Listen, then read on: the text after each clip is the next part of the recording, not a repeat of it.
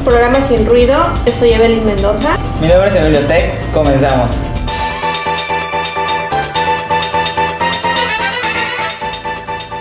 Pues vamos a empezar con la primera nota, que es la referente a la reforma del Telecom, que en marzo se envió la iniciativa, el presidente envió la iniciativa a la Cámara, al Congreso de la Unión, y por fin se aprobó y ya se firmó el decreto hace unos días. Bueno, el presidente dijo que esta reforma es motivada para tener mejores productos y precios más justos, y además hizo un reconocimiento al trabajo y enriquecimiento de los diputados y senadores, porque todo esto se da en el marco del Pacto por México, que recordemos que todos han entrado y han estado de acuerdo en este tipo de reformas. No todos, los tres partidos principales. Bueno, los tres partidos principales. Okay, sí. Los que deciden, ¿no? Claro. ¿Por qué es importante esta reforma o qué contempla esta reforma? Tenemos aquí algunos puntos que creo que son importantes analizar. El primero es el fortalecimiento de los derechos humanos o los derechos fundamentales. Se amplían las libertades de expresión y de acceso a la información, así como los derechos de los usuarios de los servicios de telecomunicaciones y radiodifusión, pues porque esta reforma implica que haya más radiodifusoras, más canales de televisión y pues más canales para expresarse, ¿no? Segundo punto es el fortalecimiento del marco institucional. Este es importante también porque con esta reforma se crean el Instituto Federal de Telecomunicaciones y la Comisión Federal de Competencia Económica, que van a ser órganos constitucionales autónomos y asegurarán los derechos de los actores económicos, además de que se van a crear tribunales especializados en materia de telecomunicaciones, radiodifusión y competencia económica, lo cual no existía antes, y con esta reforma pues se complementa ese órgano jurídico y ese órgano institucional, ¿no? El tercer punto es la promoción de la competencia, que creo que es uno de los importantes y de los que más controversia Y causa. porque a los ciudadanos pues les interesa saber qué es lo que va a pasar con Slim, con Carlos Salinas Pliego, Telcel, Televisa, TV Azteca. Bueno, esto de la promoción de la competencia va a permitir la inversión extranjera directa al 100%, que bueno, antes no pasaba, en telecomunicaciones y comunicación vía satélite, y se va a autorizar en un máximo del 49% en radiodifusión. Y bueno, además se establece la obligación de radiodifusoras de permitir la transmisión gratuita y no discriminatoria de sus señales a las empresas de televisión restringida, y las radiodifusoras tendrán derecho a que sus señales sean retransmitidas de manera gratuita y no discriminatoria por las empresas de televisión restringida. Va a haber una apertura a la inversión. Qué bueno, ¿no? Digo, eso es algo positivo en toda la extensión de la palabra. Al menos, por ejemplo, las empresas que, si ustedes recuerdan, cuando entró AT&T, Axtel, no sé si... Axtel, otras empresas que se tuvieron que retirar y declararon que lo hacían porque no existían garantías de competencia en el país, lo cual pues, era por los monopolios que estaban completamente disfrazados, pero que reinaban la cuestión de las telecomunicaciones en México, y que por así estuvieron por largo tiempo, ¿no? Esto es positivo en todo lo... Claro, porque antes la inversión extranjera no se permitía al 100%, y con esto pues va a ser un cambio importante, que se espera que venga mucha más inversión y que bueno, al mismo tiempo pues, eso genera trabajos, más opciones de canales, Televisa. Y pues lo histórico creo que es también lo del Instituto Federal de Telecomunicaciones. Creo que es importante que estemos todos al pendiente de quiénes van a integrar este instituto. Exactamente. Y bueno, el último punto es lo del apagón analógico, que hablamos aquí de eso hace una semana. Y bueno, se espera que cuando menos el 70% de los hogares y el 85% de las micro, pequeñas y medianas empresas cuenten con la velocidad necesaria de descarga de información con apego a estándares internacionales. Que bueno, esto del apagón analógico ya se ha venido haciendo en muchos países del mundo, y se espera que la primera ciudad fue Tijuana, se está haciendo primero en el norte, se espera que en Yucatán llegue más o menos por noviembre del 2014, aunque se han ido recorriendo los... ¿Y cómo crees que lo va a hacer el gobierno para que no se repita lo que sucedió en Tijuana? Pues yo creo que para ese entonces, que es noviembre del 2014, ya van a tener la experiencia de todas las ciudades del norte, y espero que esto funcione con más agilidad, ¿no? La verdad es que no creo que esté tan mal planeado, creo que va bien. Definitivamente no fue el mejor momento para hacer el apagón analógico por las elecciones, pero bueno, confío en que para ese entonces ya suceda mucho mejor. Entonces, bueno, hay que estar pendiente de esta reforma Telecom, es importante, vamos a ver qué pasa, vamos a una pausa y regresamos.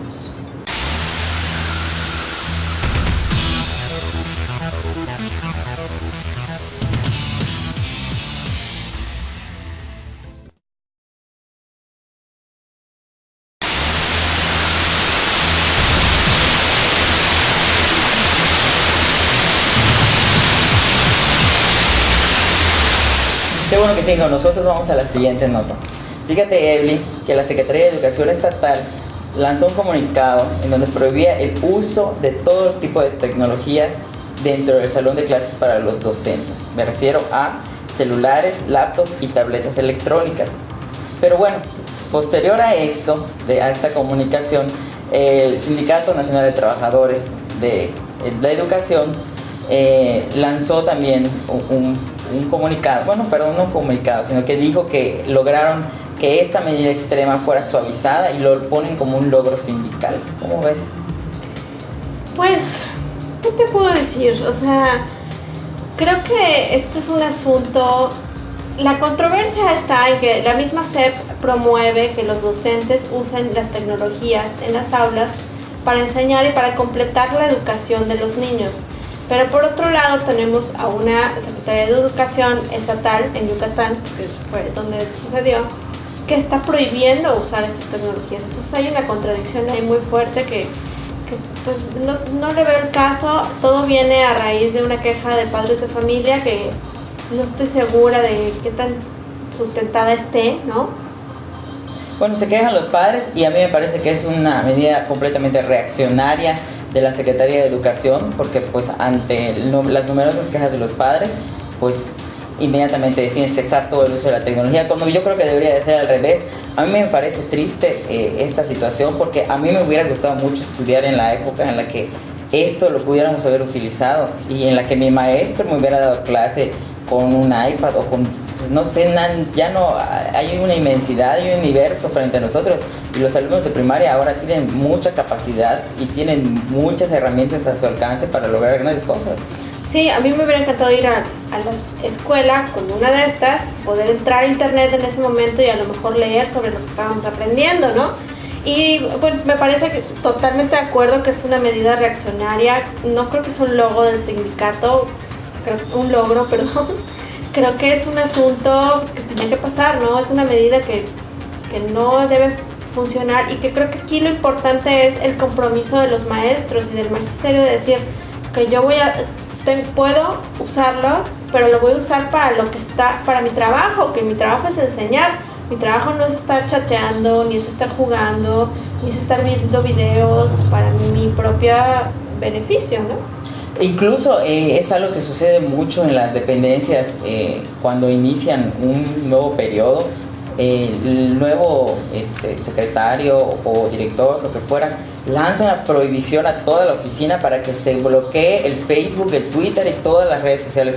Cuando, aunque no lo crean, este tipo de herramientas también se pueden utilizar para producir en horas de trabajo. Sumado a lo anterior, no me vas a dejar mentir, Evelyn, hay estudios que comprueban que la gente cuando puede estar utilizando sus redes sociales es más feliz y tiene mejor desempeño. Es más productiva, y además efectivamente está comprobado que cuando la gente tiene este tipo de escapes, por decirlo de alguna manera, de entretenimiento, de romper una rutina de trabajo, que además ya sabemos que somos los que más trabajamos, es más productiva y va a hacer mejor su trabajo. Entonces, pues yo no estoy de acuerdo con estas medidas, me parecen totalmente absurdas, creo que no es el punto, y creo que más bien en lugar de prohibir usarlas se debería fomentar que los maestros y que todos los trabajadores usen estas herramientas para hacer bien su trabajo.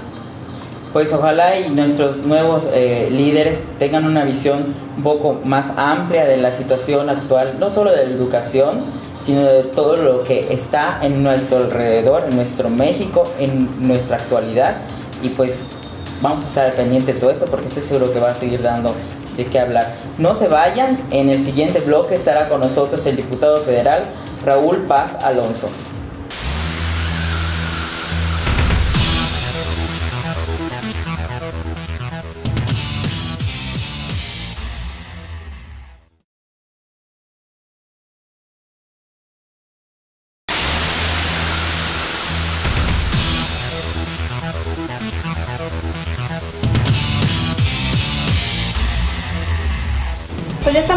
convierta en sin ruido. Y ya tenemos a nuestro invitado de esta noche, o de este día, según usted esté viendo el programa, ¿verdad?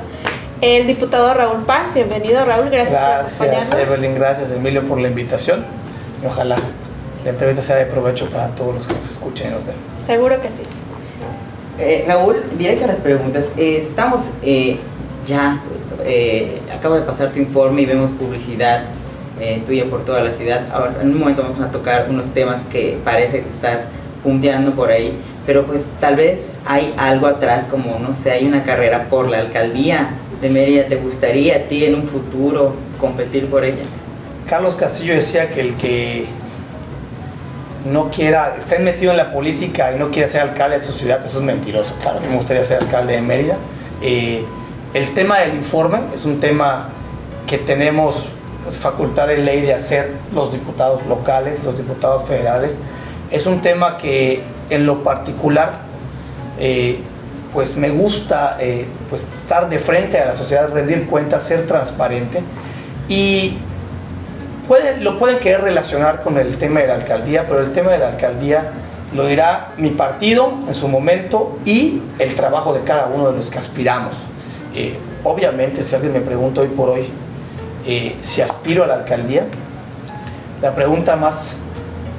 la respuesta más trillada sería: es que no es momento, no es tiempo. Claro que aspiro a la alcaldía de Mérida, pues creo que los políticos tenemos que cambiar en ese sentido, pero eso no se decide ahorita, se decide pues pegado al 2015, cuando si mi trabajo, si los panistas, si todo lo que yo logre conjuntar pues me pone en la circunstancia para lograrlo, claro que me gustaría, y pues va paralelo al tema de mi diputación, que hoy tengo que hacerla lo mejor posible por la gran oportunidad que me han dado los meridanos del cuarto distrito, y tengo que poner al límite todas mis facultades para que mi trabajo se refleje en sus bolsillos y en su vida diaria, que es lo más complicado del poder legislativo a mi punto de vista.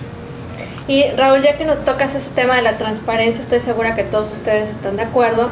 Tú has sido el principal promotor del no al fuero a los diputados y senadores, ¿no? Que son los que...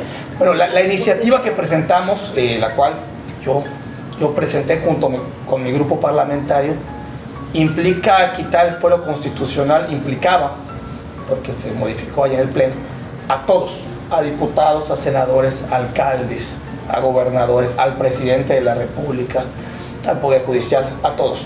El PRI se reservó el artículo de la Presidencia de la República, en el voto lo ganaron, entonces la iniciativa que se turnó al Senado implica retirar el fuero a todos menos al presidente de la República. Y sí estoy muy a favor de que todos seamos iguales ante la ley, porque necesitamos un poder judicial que le dé garantías a los ciudadanos y control a los políticos. Hoy por hoy, el fuero, a mi punto de vista, mal utilizado, pues le da cierta libertad, no sé si libertad sea la palabra correcta, o cierto margen de acción a políticos que cometieron alguna irregularidad en sus administraciones anteriores, o como diputados, ¿no? O como senadores, o como alcaldes, o como gobernadores. Yo creo que tenemos que tener el derecho, tienen que tener los ciudadanos el derecho de que si un político, cualquiera que sea su cargo, comete un delito, se le pueda juzgar. Y si es culpable o inocente, pues demostrarlo en el juicio. Hoy por hoy, pues el juicio de procedencia no procede. Hoy tienes que desaforar al político y en base a eso, pues hacer primero eso y luego juzgarlo. Creo que en el contexto del México de hoy, del mundo de hoy, el fuero ya sale de contexto. Y te pregunto eso porque está interesante el tema y aquí tenemos un desacuerdo, ¿verdad? Básicamente la cuestión gira en torno a que no sé si estamos, como tú dijiste, en el México de hoy, preparados para deshacernos totalmente del fuero. En la historia política moderna de México, pues tenemos al presidente Vicente Fox tratando de desaparecer a un rival político, Andrés Manuel López Obrador, y toda una campaña en contra por un camino o un hospital, para lograr, pues básicamente, como supimos tiempo después, que no tomara la candidatura a la presidencia de la República. Ejemplos actuales también tenemos en el sexenio de Calderón lo que sucedió en Michoacán, con el michoacanazo. Los alcaldes también fueron acusados injustamente. O sea, bueno, hasta me atrevo a decir un poco más localmente, en el que una situación como la que está originando la discusión de las luminarias en el Ayuntamiento de Mérida se está utilizando de manera completamente política. Entonces yo me pregunto, ¿qué es lo que está mal? ¿Realmente el fuero es el culpable? ¿O estamos al punto en el que nuestro sistema político está tan corrupto que se basa en las venganzas políticas? ¿Qué es realmente es el fuero? Bueno, yo creo, y tú bien lo dijiste en los ejemplos que tomaste, el caso del presidente Fox con Andrés Manuel López Obrador, tan fue que lo hizo todavía subir su popularidad y estuvo a punto de ser presidente de la República. Fue presidente. Bueno, yo no creo que haya sido presidente. Bueno, fue presidente legítimo. Sí, cierto. Pensé que había ganado la elección. Yo creo que el IFE está bastante regulado por muchísimas vías. Claro. Pero bueno, hoy en México actual, si alguien quiere utilizar la fuerza política para reprimir a un político por su uso de sus facultades, ya sea de diputado, de senador, de alcalde, de gobernador, un presidente, creo que ya hay las vías para que esto no pase. O sea, las vías como las redes sociales, internet, que ustedes lo están utilizando a la vanguardia en este tema, de tener programas ya. Hay muchísimas vías. Prefiero pecar de que las cosas empiecen de cero y si de alguna manera hay algunos abusos, irlo regulando, a dejar lo que hoy está pasando con el fuero. Hoy por hoy, tocaste el caso de las luminarias, yo no me atrevo a decir si es culpable o no la senadora Angélica Araujo, eso lo dirá un juez, pero sí me atrevo a afirmar de que la ciudadanía se merece saber qué pasó con las luminarias. Y me atrevo a afirmar de que si hay una denuncia por el caso, ella tendrá los elementos para defenderse y los que la acusan para acusarla, valga la redundancia, y que sepamos qué pasó. Hoy por hoy no hay juicio de procedencia. Tendríamos que desaforar a la senadora o desaforar a otro político para que sepamos los ciudadanos qué pasó en realidad. Si me preguntas mi punto de vista, ya hay cosas rarísimas en ese contrato, en ese tema de las luminarias. Para empezar, Mérida no era, ni por mucho tenía un problema de iluminación, y meterse ahí por X o por Y sería la última de las prioridades que tendría un alcalde, creo yo. Entonces, y meterse en esas condiciones, pues bueno, se me hace muy raro. Un juicio de valor no lo puedo dar, pero sí se me hace que es justo para los ciudadanos saber qué pasó, y como cualquier otro, como tú, como cualquiera que nos ve, que si cometen algún delito o se cree que se cometió algún delito, se le demande, se le juzgue y ya en las instancias pertinentes se sepa si es el culpable o inocente. Por eso creo que todos tenemos que ser iguales ante la ley. No pueden haber ciudadanos de primera y ciudadanos de segunda. No puede ser que yo no me puedan parar en la policía, por decir un ejemplo, porque tengo fuero cuando a ti sí te pueden parar. ¿Por qué? Ya no existe. Y además el fuero está mal utilizado. El fuero, hoy por hoy, se utiliza para cosas más ajenas a la investidura propia que para lo que en verdad nació. Es mi punto de vista y respeto obviamente el tuyo. Y ya los que nos ven pues dirán sus versiones. Yo estoy de acuerdo totalmente con el desafuero. Creo que exactamente como tú lo dices, se está usando mal de como debió usarse desde un principio. Y mucha gente en las redes sociales acostumbramos preguntarles, decirles a quién vamos a entrevistar, y si tienen preguntas pues que nos las hagan. Y una de esas preguntas, bueno, de hecho la mayoría se centró en este asunto del desafuero, y hubo una muy interesante que me parece importante preguntar: ¿cómo va a funcionar eso del desafuero? Porque los políticos están acostumbrados a refugiarse en su fuero para hacer sus fechorías, ¿no? Claro. Como se dice normalmente. Pero si el desafuero lo tienen que autorizar esos mismos políticos que están refugiados para hacer sus fechorías, pues probablemente no vaya a proceder. En la minuta que turnamos al Senado, digo, ¿cómo va a funcionar? No te puedo decir en ese instante porque la está revisando pues, la colegisladora en ese sentido, que es el Senado hoy por hoy, y pues pueden hacerle muchos cambios. En la minuta que se turnó de la Cámara de Diputados, de manera muy general, desde marzo, por eso estamos recolectando las firmas, desde marzo y sigue ahí en comisiones, desde que lo que de manera muy general, porque sería muy largo explicar todo, ya vas a poder empezar el juicio de procedencia, para ser muy, muy claros y muy precisos. Si a mí me denuncias por un delito, ya no me tienen que desaforar para empezar y me digan presentarme al juzgado, hacer mis declaratorias, o sea, como cualquier persona, y pues proceder con mis pruebas y en el tema de que pues verlas y ver si soy culpable o inocente. Ya en la minuta que nosotros turnamos, en ese sentido va.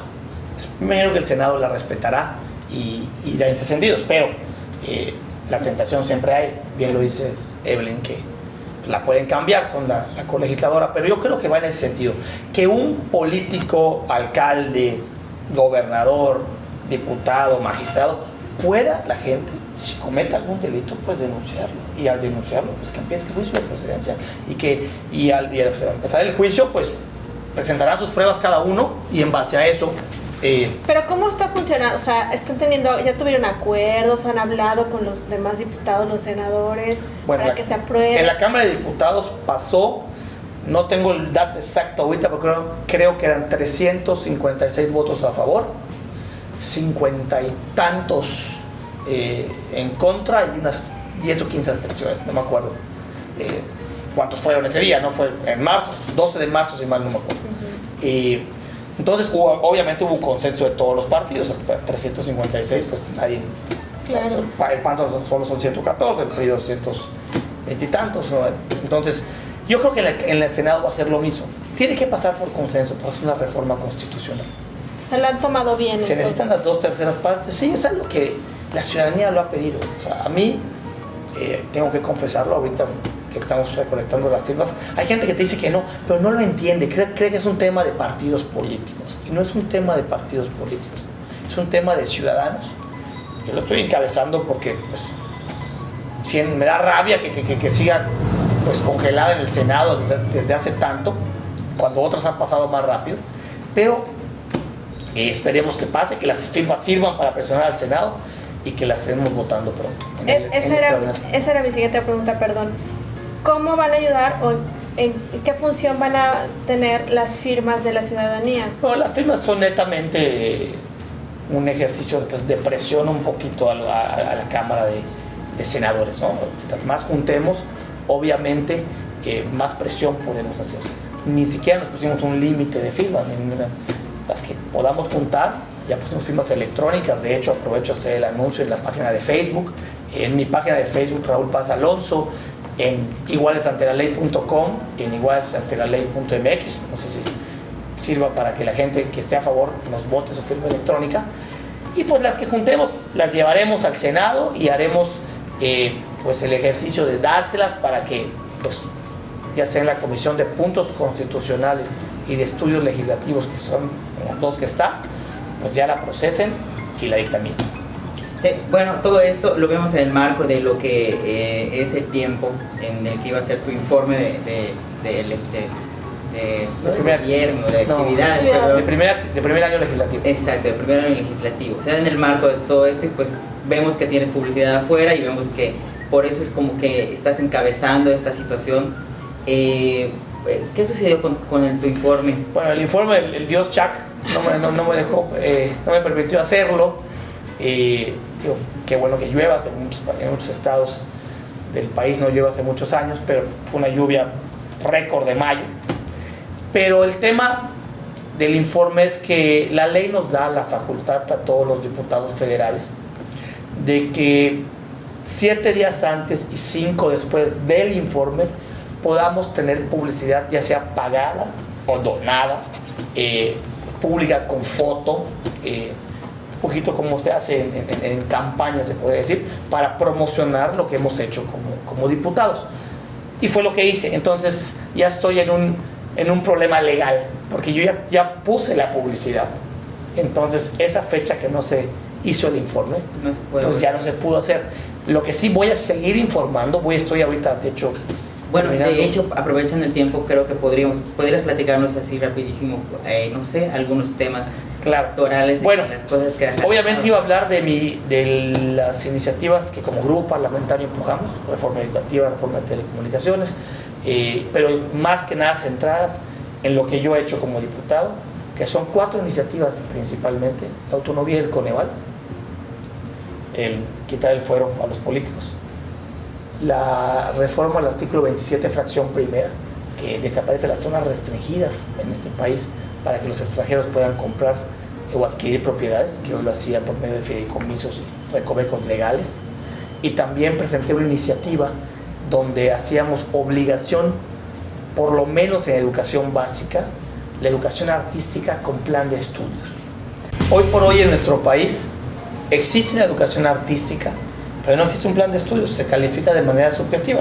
A todos nosotros en primaria, secundaria, prepa ya no había, pero primaria y secundaria, pues te daban clases de guitarra, de flauta, de manualidades, pero no hay un programa de estudios donde se pueda seguir. Esa iniciativa yo la presenté porque está comprobadísimo que desarrollas mejores capacidades cognitivas y perceptivas a los niños que desde temprano aprenden a tocar un instrumento o aprenden a expresarse de una manera artística, que hay muchísimas. Pues estuvo muy interesante la plática, Raúl, nos extendimos mucho en la entrevista. Sí, perdón. Pero valió la pena, no te preocupes, al contrario, te agradecemos mucho que hayas venido a platicar con nosotros, esperamos que no sea la única vez y que detrás de ti puedan venir más panistas a platicar con nosotros. Prometo ser el anfitrión con los panistas de que vengan a platicar con ustedes y agradezco, Evelyn, Emilio, la oportunidad que me dan de hablar con su auditorio y pues estoy a sus órdenes ahorita como diputado federal. Ojalá pueda yo aportar algo para que pues heredemos un mejor país, una mejor ciudad, un mejor Yucatán a las siguientes generaciones. Tus redes sociales rapidísimo. Bueno, mi Twitter es @Raúl Paz_4 con romano y mi Facebook es Raúl Paz Alonso. Pues por poner Raúl Paz sale un cantante cubano, a veces soy yo, Turna, me lo ganaron y pues ahí estamos. Y mi página es raulpazalonso.com.mx. Pues muchas gracias, Raúl, de nuevo por acompañarnos. Gracias, Emilio. Gracias a ustedes por acompañarnos en este programa de Sin Ruido. Esto es todo, nos vemos la próxima semana.